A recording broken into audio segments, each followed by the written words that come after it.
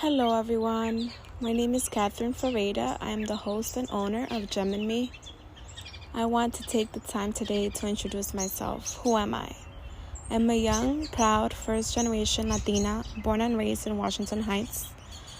I have excelled in my life with adversity, hope, belief, motivation, and most importantly, the power in me. And I believe everybody has their own power inside themselves. And I want to share this platform with you to be able to explore and dig very deep inside of you to find the blessings, the gifts that you were given to become the best version of yourself. So thank you so much for joining today to the Gem and Me podcast. I hope to give you blessings, aha moments, many gifts really that you have within yourself to be able to unfold and find those within you. Thank you for listening today and welcome to Gem to Me. The power is within you.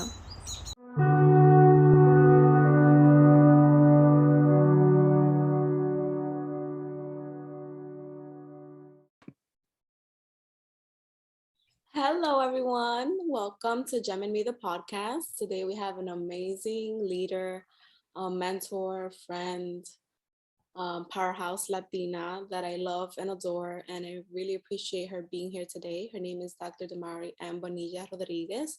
She's a national leader authority on leadership development, especially as it pertains to diversity and inclusion. She delivers keynotes, addresses, and presentations drawing upon her experience from roles in the nonprofit, private, and government sectors. As well, she has a doctoral research. Her research about Latina leadership in the United States has served as the foundation for events, conferences, publications, and content development to address the urgency of leadership development for fast growing populations and create pipeline of diversity leaders. She has done immense work in our communities, and she is amazing and has been a leader in different capacities. But she's also a mom and she has accomplished so much in our communities. She has hold different titles. She's currently living in Pennsylvania, and with her two boys, 12-year-old boys, twin boys, and her husband, Robert. Her favorite quote is, "If I have seen further, it is by standing on the shoulders of giants," by Newton. Thank you, Dr. Bonilla, for being here today. It is truly an honor to have you here. I'm so happy and pleased with you supporting us and being here today with us. Thank you for having me. I'm excited to be here. I'm excited to support you. You are a shining star in our community, and I can't wait to see all of the amazing things that you're going to do. And I hope that this podcast is an opportunity for us to continue to support our community and shed light on some of the issues that impact our leaders, but also that we help them find inspiration, right? Because that's what it's all about. It's talking about the issues, demystifying the challenges, and supporting individuals to realize that they are able to succeed as well, and that our path to success looks different for each of us based on the circumstances and lived experiences. So thank you for having me. Oh, that was beautifully said. Thank you. Thank you so much for being here. So, I kind of wanted to start. I usually start by asking, like, very early on questions. I say, like, let's go back in time and kind of see where your leadership skills came upon or any challenging moments that kind of shaped you into who you are. Because I feel like we're all like, like, for example, you, I'm so honored to have you here. You're an amazing person, amazing leader, but I'm pretty sure there's a couple of things that happened to you that made you that strong, that persistent, right? That resilient, and the person that you are strong today. So give us a little, I would say, brief background of like how your upbringing was and how that shaped you to who you are today.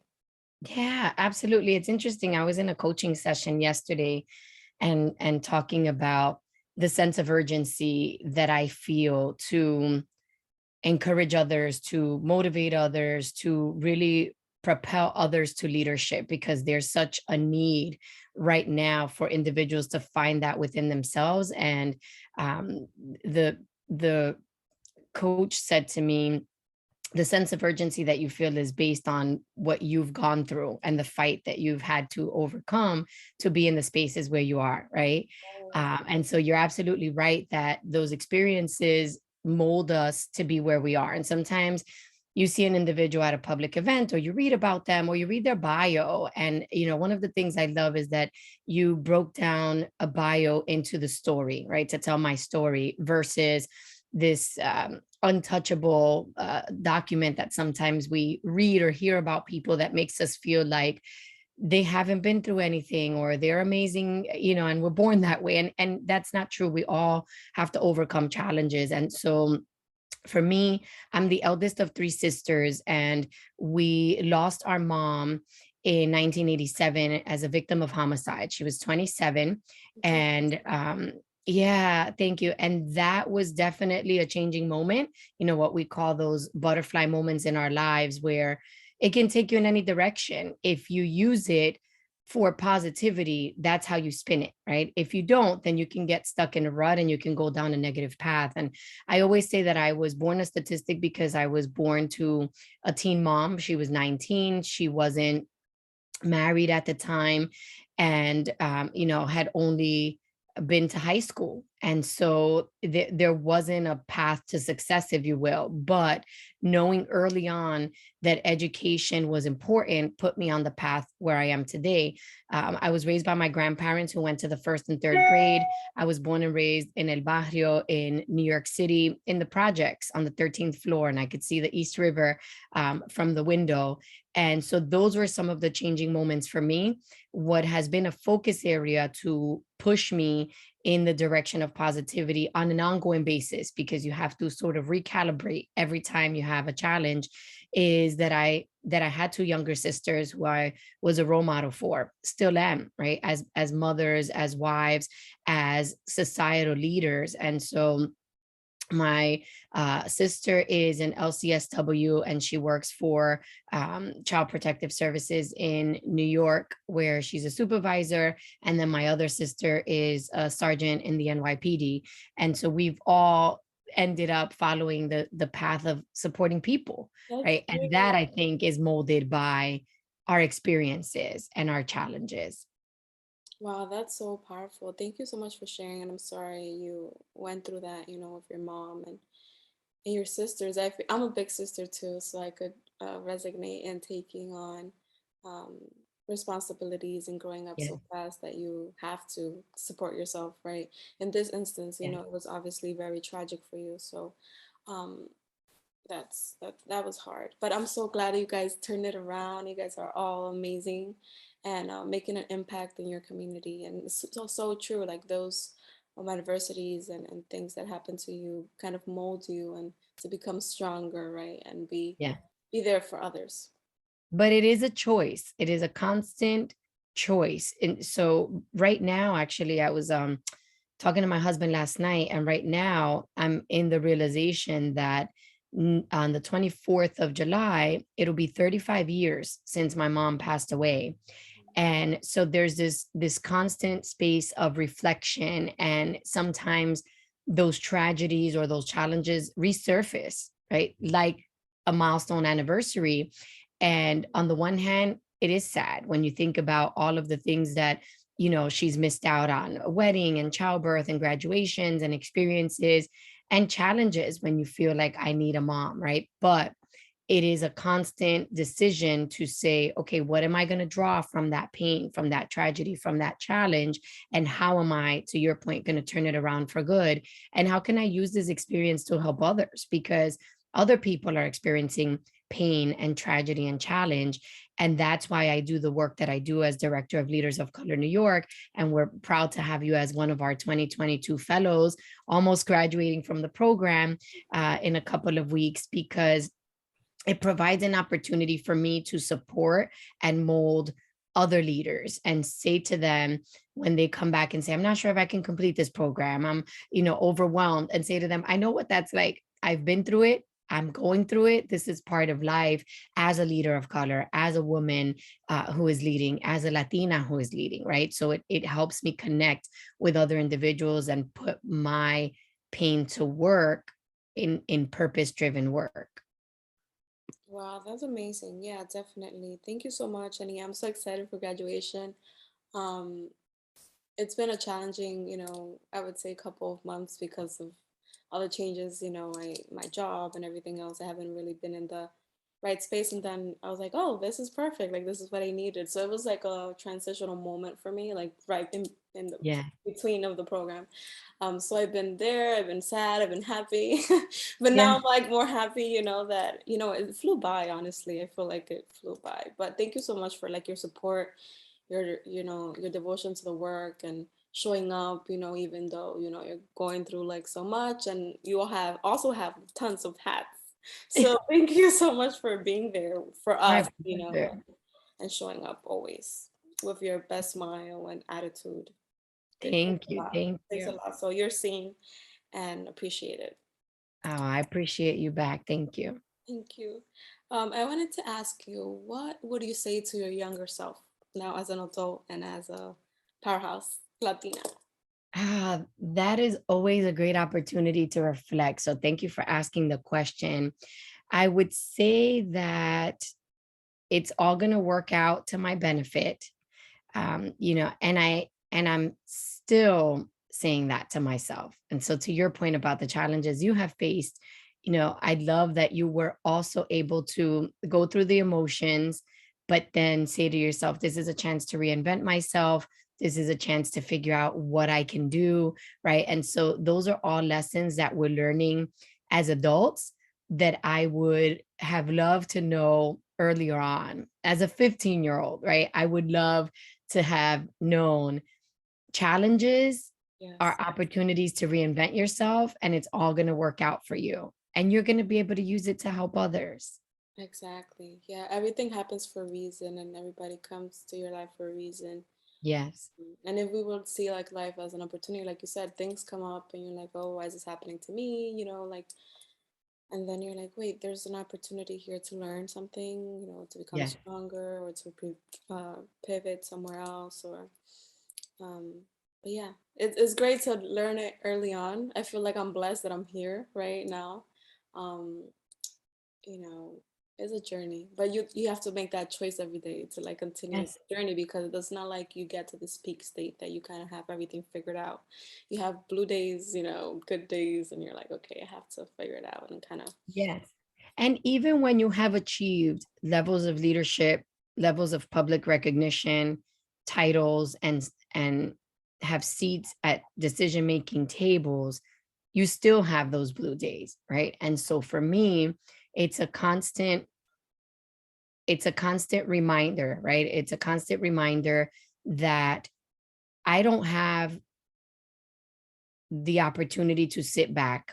I don't have the opportunity to stay in a blue space Mm. because people are depending on me and people need me to show up about the work that I do.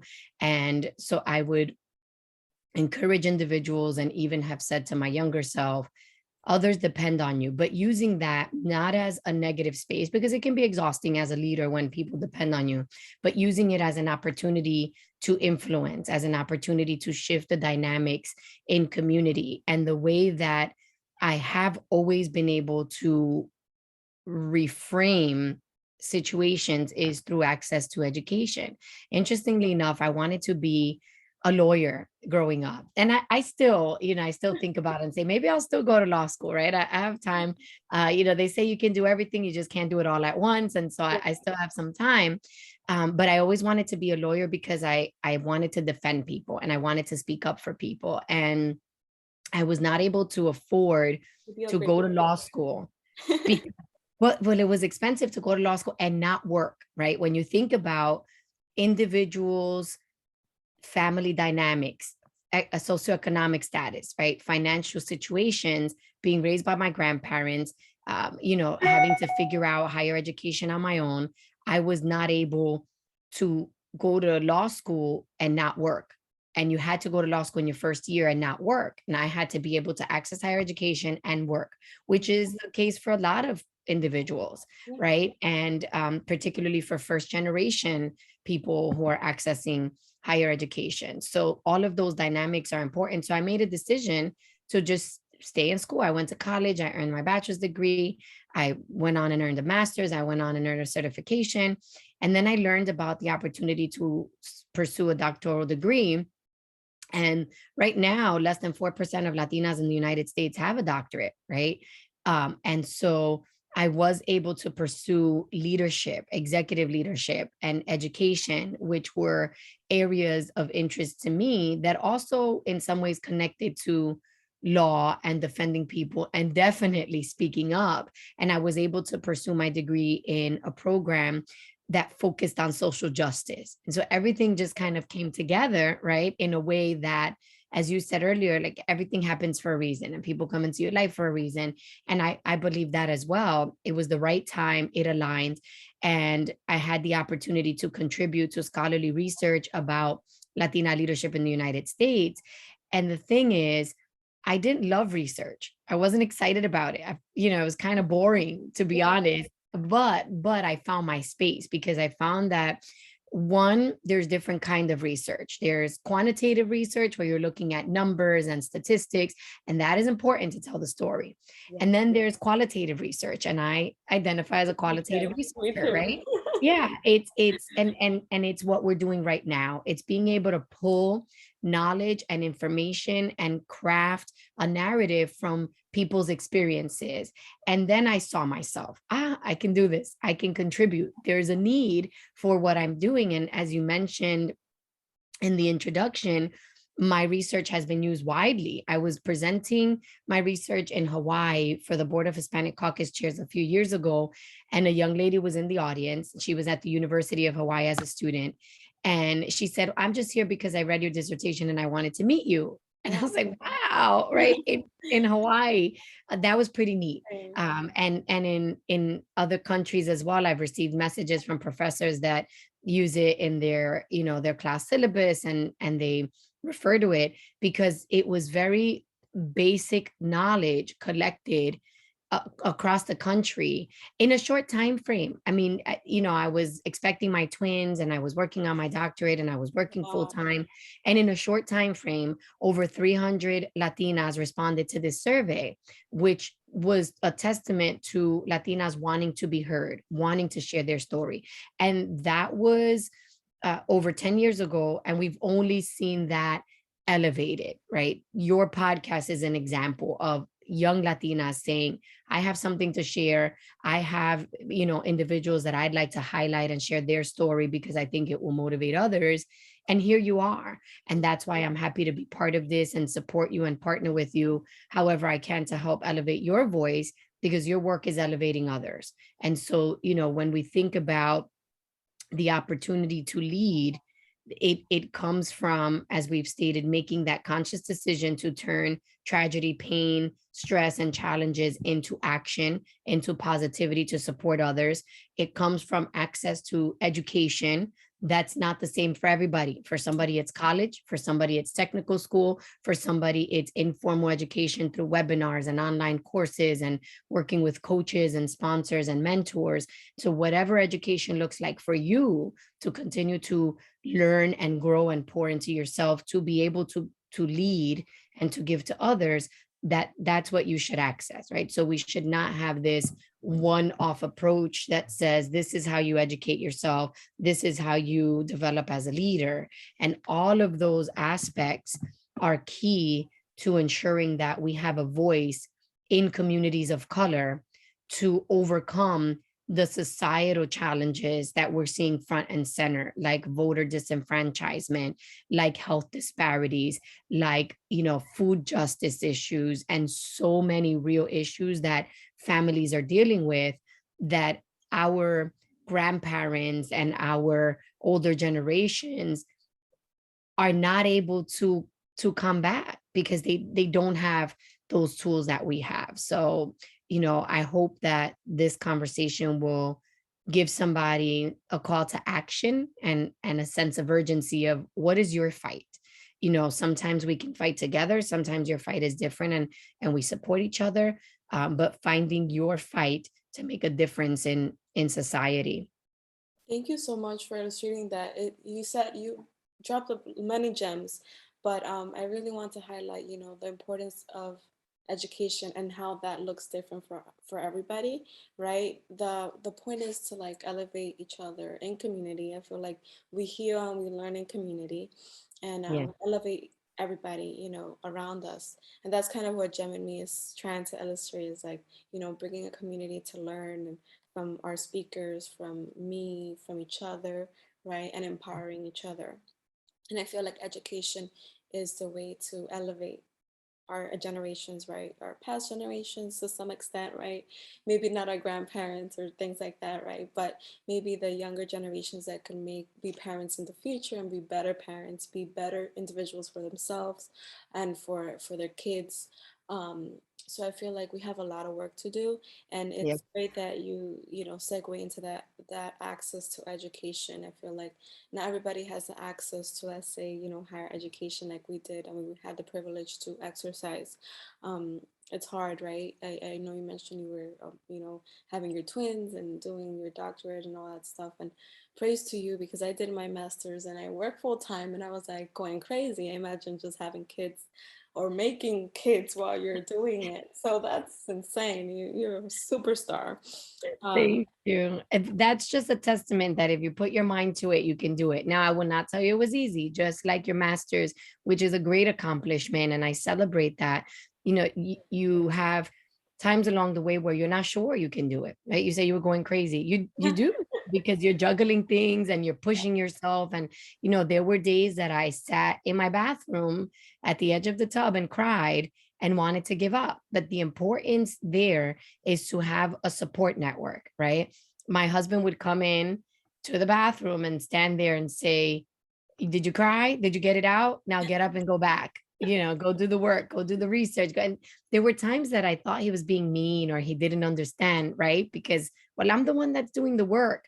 But I needed him to push me because he could see from outside of my perspective, right, that I could do it. And he believed in me. And so the partnership and the support of family and friends and colleagues and a support network is critical, right? I still have individuals that I go to when I'm facing challenges, when I'm not sure. Sometimes I think I know what I want to do, but I go to my husband, I go to spiritual advisors, I go to colleagues, and I talk through what I'm thinking about, because we all need the nudge. And then I also go to therapy, and I have somebody who is not related to me, who doesn't have an affinity in the way that my loved ones have, right? Who can say something to me objectively, and it might be the same thing that somebody I love said to me.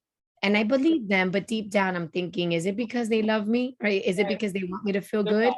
biased. Exactly. But when the therapist says it, or when an external party says it, like, oh, that must be true because they're not connected to me in this way. Right. So, another learning, ongoing learning opportunity for all of us is, who am I surrounding myself with? Right. Your colleagues in the Leaders of Color program, when you have struggled and you've said, I just want to share this, like, I just want to get it off my chest, and others have done the same, that's a safe space where you can be vulnerable, where you can be frustrated, where you can be sad, but you can also celebrate. And so thinking about, as you said, how we learn and how we grow in community, what does community look like for you in different spaces? If you're part of a fellowship program and a cohort, that's one community. Your loved ones, your grandparents or older generations may not understand the community of structured learning and formal learning because they weren't part of it, but there are others in your educational programs that you can talk to about those challenges. So just figuring out who you have in your spaces to help you walk through some of that. And that's the importance of networking as well. I have a strong network that I was able to leverage to come here and launch the chapter of New York Leaders of Color 2.5 years ago, because people know that when I say something, I stick to it, right? I say what I mean and I mean what I say. And the same way that you support me, I'm going to support you and I'm going to show up for you. And so that give and take in community is also critical to our success. Yes, that's so powerful. Thank you for, bringing that, because I feel like education, yeah, it elevates and kind of gives you that awareness and shifting the narrative, right? When you learn, you change your mindset and open your eyes to like different possibilities, and that really ties really into your network, because you learn from your mentors, your friends, your colleagues, your classmates. And so I feel like that really empowers you, right, to continue to grow and learn and meet other people. Some people, might not find networking as something very easily, right? But once you do it and you're like, oh, this is not so bad, and then people kind of open up, right, to the idea. How do you feel that, networking could be like initiated or really promoted into, like, let's say the younger generations that are like very closed up, or they don't know how to initiate networking? Yeah, that's a great question. And I think where we are right now in terms of technology access and use changes networking a little bit, right? The realization that we went remote because of the pandemic has shifted the way we network as well. And so a couple of tips I would say, you were right on with some people don't find it easy. It's a challenge. The social factor of networking is intimidating. But when you, as we were talking about earlier in the conversation, when you reframe situations and you look for the positive and the benefit, it will make it a little bit easier. So, one opportunity is to think about what are your needs. So do you need an advisor around access to higher education, figuring out what degree program you'd like to pursue, what area of study? If so, then you can seek out individuals in that field. You can seek out professors, you can seek out organizations, you can seek out coaches that can help guide you in that space. As you, and this is for the younger generation, as you talk with them and work with them, you start figuring out what you like, where you shine, right? And all of a sudden, you can move to a place of giving back, because networking is a give and take. And so it might be that at first you're taking, but then you can give back, because then you can give to your colleagues in, say the degree program that you're in, or younger generations in your family, right? I learned how to complete FAFSA when I was in college from a financial aid counselor at the College of New Rochelle, and I have since helped everybody that I could, right? Because why not? I'm supposed to do that after I learn how to do something. And so once you're learning, you're giving them to others. And that's how we're creating this opportunity for everybody to access what they'd like to access. In addition, think about an event that you're going to, if you're going to an in person event, and who will be there, and prepare yourself mentally. And I love nothing more than to go into a room packed with people that I don't know, Yeah. and just challenge myself. How many people can I talk to before I leave?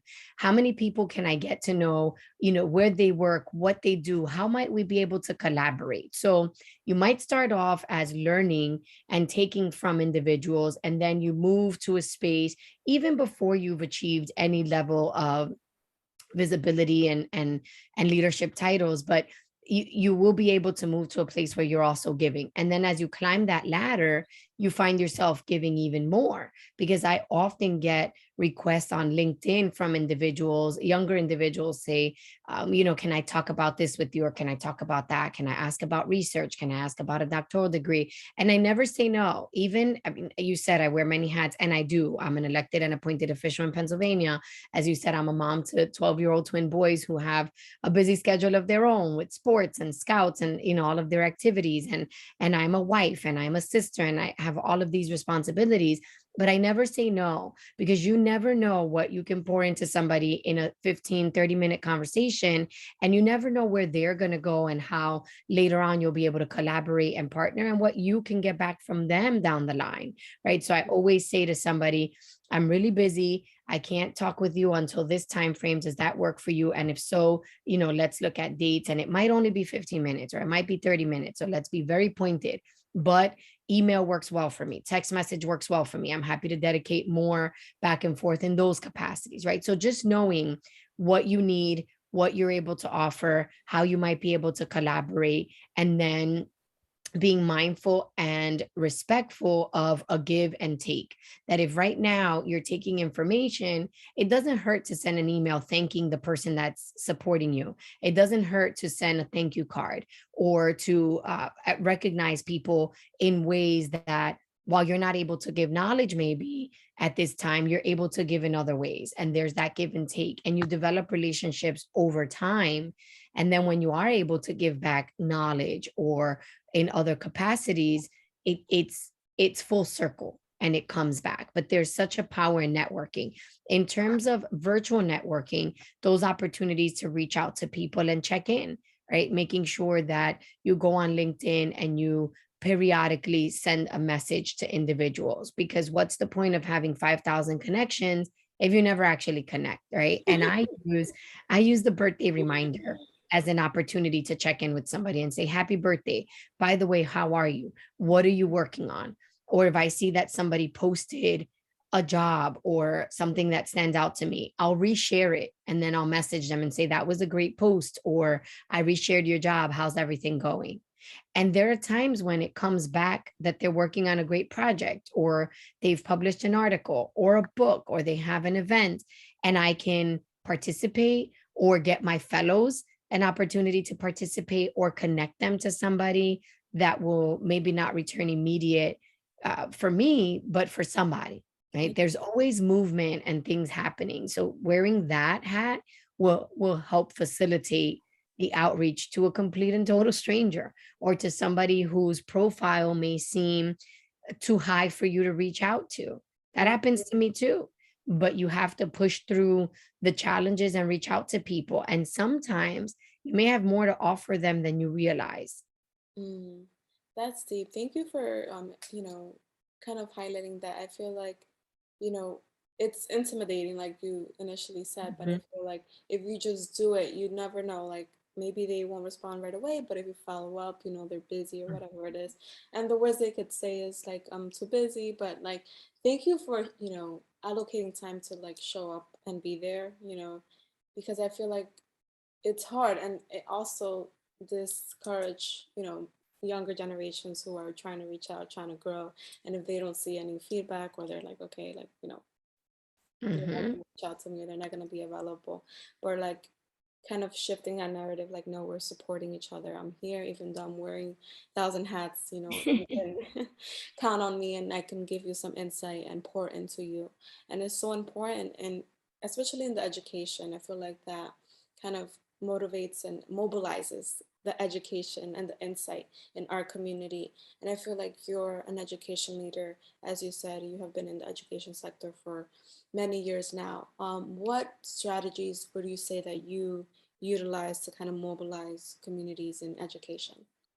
Oh, I love that question. And you use the term pouring in, and that's exactly what it is. It's pouring into others, because that's what leadership is. You can give yourself a title of leader in your office in a level of comfort that does not require pouring into others, and then that's just the title of leadership that you've given yourself, right? Or a title that you've achieved in the workplace that makes you feel like a leader. But if you're not pouring into others, if you're not mobilizing, if you're not helping others see their potential, then you're not leading change, you're not leading people, right? And so one of the things that I try to do in terms of mobilizing is educating. That education factor is critical. And I mentioned earlier, informal education.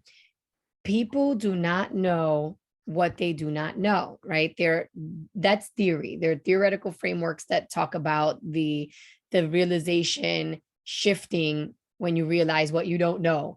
Mm, And the reality is that individuals make decisions based on misinformation, disinformation, lack of information every day, whether it is what events they want to participate in, where they want their kids to go to school, where they themselves want to go to college, who they vote for.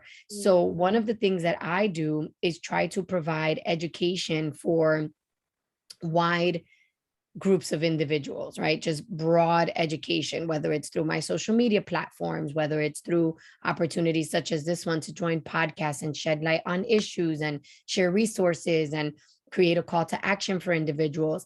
I try to engage people in my community. I was the first Hispanic elected to my school board in just 2019, November of 2019, and still am the only Hispanic.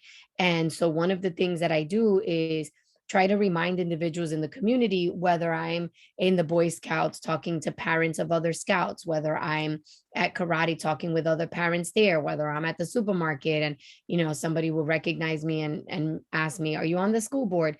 Is remind them that I'm one of 9 school board directors that is making decisions for you, for your students, for your community, because the school board actually determines property taxes and how money is allocated and spent, and all of these other dynamics that impact even people that don't have children in the school district. Mm, Individuals don't realize the power of the school board, but I like to, one, explain to people that I'm one of 9 individuals making decisions as a collective body, and two, that I want them to understand what the school board does and their role in electing school board directors as critical. That is also what we do in civic engagement, right? Through Prospanica New York, where I'm on the board as vice president of professional development. I've brought a series of civic opportunities for our membership, and we do the sessions publicly for the broad collaborative of people to understand what are the roles that individuals have in terms of elected office, what's your role in electing them, and then how do you work with elected officials, not just saying, well, I voted and now it's their job to do the work.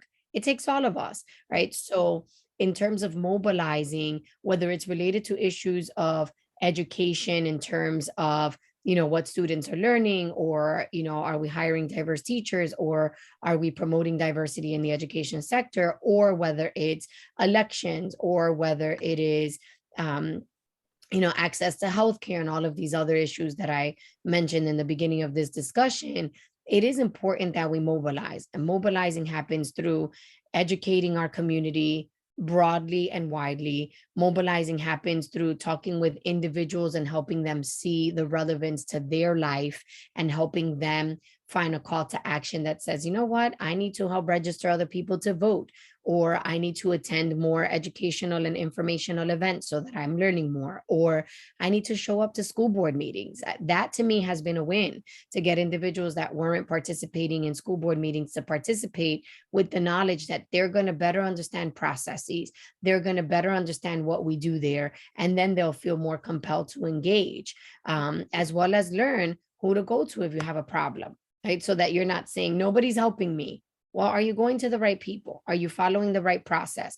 Understanding that there are language barriers, understanding that if somebody is not there that looks like you, that you may feel intimidated, understanding the cultural nuances of systems, whether it's educational, health, or other, that may make people feel intimidated on the front end, understanding dynamics like citizenship status, and all of these other barriers. The more you engage, the more you're going to know, the more comfortable you will feel participating. And that's mobilizing. It may happen one person at a time, it may happen one group at a time, one community at a time, and or broadly, simultaneously. You could be motivating one person in your family while you're motivating the parents in the scouts, while you're motivating your college colleagues in a particular program, while you're talking about it widely through your podcast, through social media networks, etc. But it takes effort, and it takes education, and it takes a will to mm, be able to mobilize. yeah. And I feel, thank you so much. I feel like you have been doing that so beautifully, in the Thank different you. platforms that you are part of, LOC, Prospanica, and you name it. I've seen, like, I've seen you in Today's Inspiring Latina too, with Jackie and stuff. So I feel like you have been able to spread your wings, but at the same time that you're growing and kind of spreading yourself and um, teaching others about you, you're also like elevating others while you do it. So that's, I feel like that's mobilizing and trying to like yes, you're growing, but you're like bringing people with you and helping others and creating a community, and kind of everybody that's around you to some extent has kind of that vision, right? That having that vision, I feel like you said, if people are part of it, they're like more motivated to like, they know about it, they're more motivated to be part of it. So thank you so much. I feel like, as you know, Hispanics, we have a lot of generational systematic traumas that we have been dealing with. And so I wanted to kind of pick your brain about maybe a little brief toolkit, magic toolkit that you can create, that could empower and shift the narrative in our communities of color. That's a whole other podcast conversation.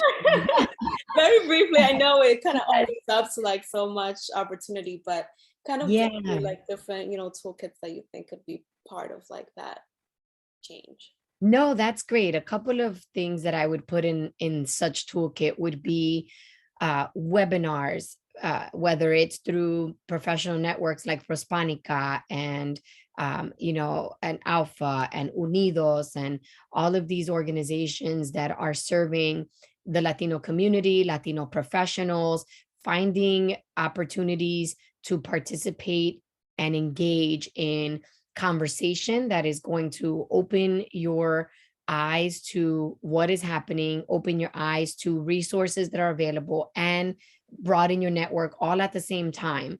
And, that's specific to Latinos. If you are from another racial or ethnic group, you can still benefit, but there are other organizations like the Congressional Black Caucus and the NAACP and organizations that are more general and broad, like the American Civil Liberties Union and organizations that encourage people to vote. And so just finding these organizations that are providing opportunities to engage through webinars and articles is one area that should definitely be in your toolkit.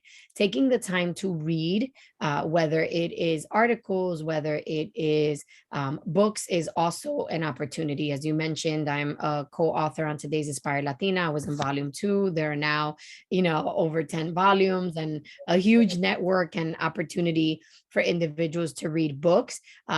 This series itself is inspiring stories, and sometimes it is just diving into how did others overcome their challenges, what have others done, and picking up gems and wisdom from the experiences of others. And sometimes it's more structured reading. I'm reading a book about God and race, and that brings in spirituality and social justice in a way that I've really enjoyed. And then it may be a book about what the data talks about relating to communities of color and particular topics that you're talking about. So, I would say learning experiences, I would say books, I would say mindfulness, right? We talk about the importance of self-care, but are we actually doing that, right? Whether it is taking time to get a spa pedicure. My husband and I do that once a month and every so often, and we do it together. So if he's busy, I don't do it. If I'm busy, he doesn't do it.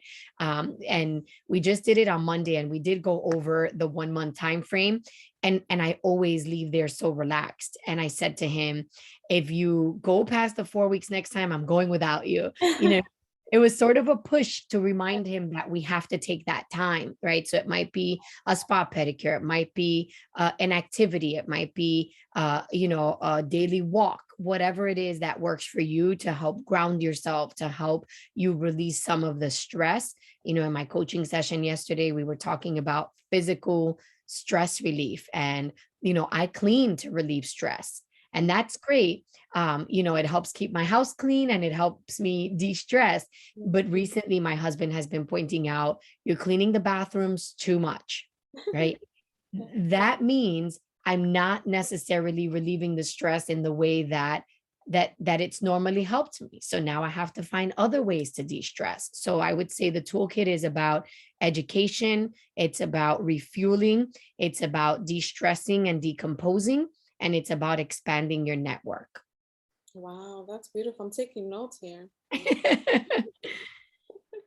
Expanding your network. Wow. Thank you so much. This was so helpful, and educational and amazing. I'm so honored to have you here.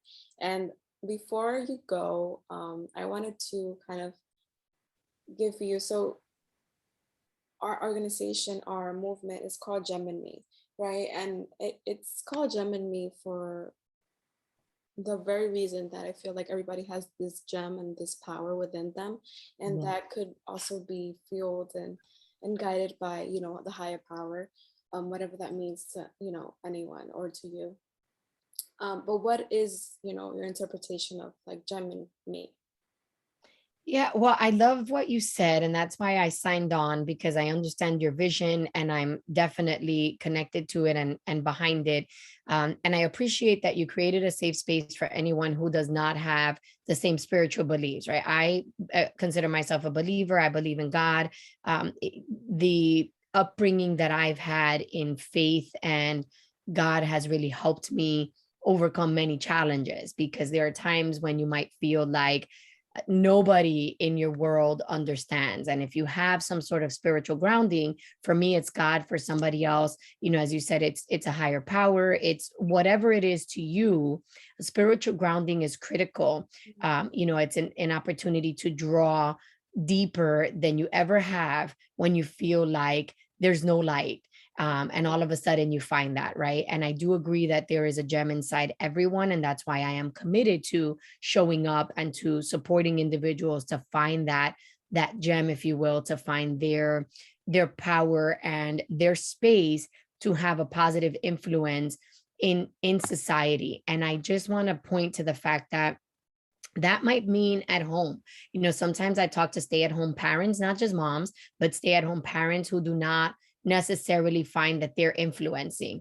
If you are focusing on raising children, whether biological, whether from extended relatives that you're raising, whether foster children, you are changing society because you're pouring into those children, you're steering them in the right direction, you're giving them a foundation for, you know, being good people, for being civically engaged, for being aware and sensitive in how they treat others. That is making a difference in society. It could be that you are part of a religious institution and you're on that board, or you're an usher, or you help in that way. You're inspiring people when they come there, whether it's once a week or a couple of days a week, to leave negativity, to leave stress, and to refuel and to leave positive, right? Or you could be the CEO of a corporation, or you could be leading in different public spaces. The point is that you do not have to have a formal title. You do not have to be in a big company. You do not have to be in the public spotlight to make a difference in society. It can be on a small scale, it can be on a big scale, but there's a need, a responsibility for all of us to be part of change. Oh, that's beautiful. Thank you so much for being here, for sharing all your gems, for showing up, for being an amazing leader. And I feel like I'm so grateful to have you in Thank my life, to have met you. I know we, you know, had a couple conversations before I became a fellow of LLC. Um, and because I was so inspired by what you do and the impact you have in your community and how resilient and powerful and like you said, you bring others with you, and I feel like that's so important. And I pretty believe, I believe in God too, that God has a special, you know, castle for you because you are doing Oh, amazingness. thank Thank you you. so much, and God bless you really, Yeah. with everything you desire and health and wealth and everything, because you know there's not a lot of people that, you know, are doing the work that you are doing and who really care for their people, right? Thank And so you. I feel like we need more of you to be able to mobilize and educate and empower others. So thank you for showing up here today. Thank you for our listeners. Is there anything you want to say before, you know, we conclude our session? Yeah, well, I want to return those wishes for blessings and everything that you do. Am honored to be connected to you, and I'm just so proud that you took the leap to create a platform to share stories and to highlight positivity and resilience for a broader community, because it takes a lot to want to do something and then actually do it, right? And so I can't wait to see what you're going to do with this platform, and with other desires that you have. And I'm happy to be part of your network and support you and collaborate with you. And just want to encourage you and others to continue to keep your eye on positivity and opportunities, and those are not always going to be created for you. Sometimes you have to create those, and that's what you've done with this platform, with the podcast, with trying to identify highlight and promote the gems in others that also fuels you, as you know, you've said from this conversation, and me as well, because I'm leaving re-inspired and realizing the importance of the work that I'm doing and continuing to do that work. And you know, as you talked about my favorite quote, I do stand on the shoulder of many giants and continue to do that. But then I also have become and want to keep being a giant to others and providing my shoulders for others. And one of the quotes that I often close talks with is by the late Justice Ruth Bader Ginsburg, who said that you should speak your mind even if your voice shakes. And no matter where you are in life, in development and leadership, you will always find yourself in a place and a space where your voice is going to shake, myself included. Sometimes my heart is pounding and my throat is dry. And I know that what I say next is going to be uh, big and may not be well received, Mm. right? And you just have to push yourself and say it anyway, because sometimes things have to be said, and those are change making opportunities, which you asked about earlier on. You know, there are changing moments in our lives, and there are changing moments that we perpetuate, and those should always be opportunities that, even though I'm nervous, I'm going to say this because I have to, because it's going to change something for somebody else. And it could have broad changes and big changes tied to it. So, you know, I definitely want to encourage people to speak up even when you're nervous. Wow, that's so powerful. Yeah, there's so much power in words, and I feel like as a Latina, you have been able to break many ceilings, and showing up and really creating your own table, right? As like I feel like you have been probably in situations as a leader that you felt like you were the only person in the room who was Hispanic or Latina, or Yeah. and it's hard. And thank you so much for showing up and doing the work, because that gives us, the other generations after you permission to show up and be like, oh, like, Damary did it. I know it's hard, but like, I'm gonna do it too, and it inspires us. So thank you so much Thank you. for being here. Thank you.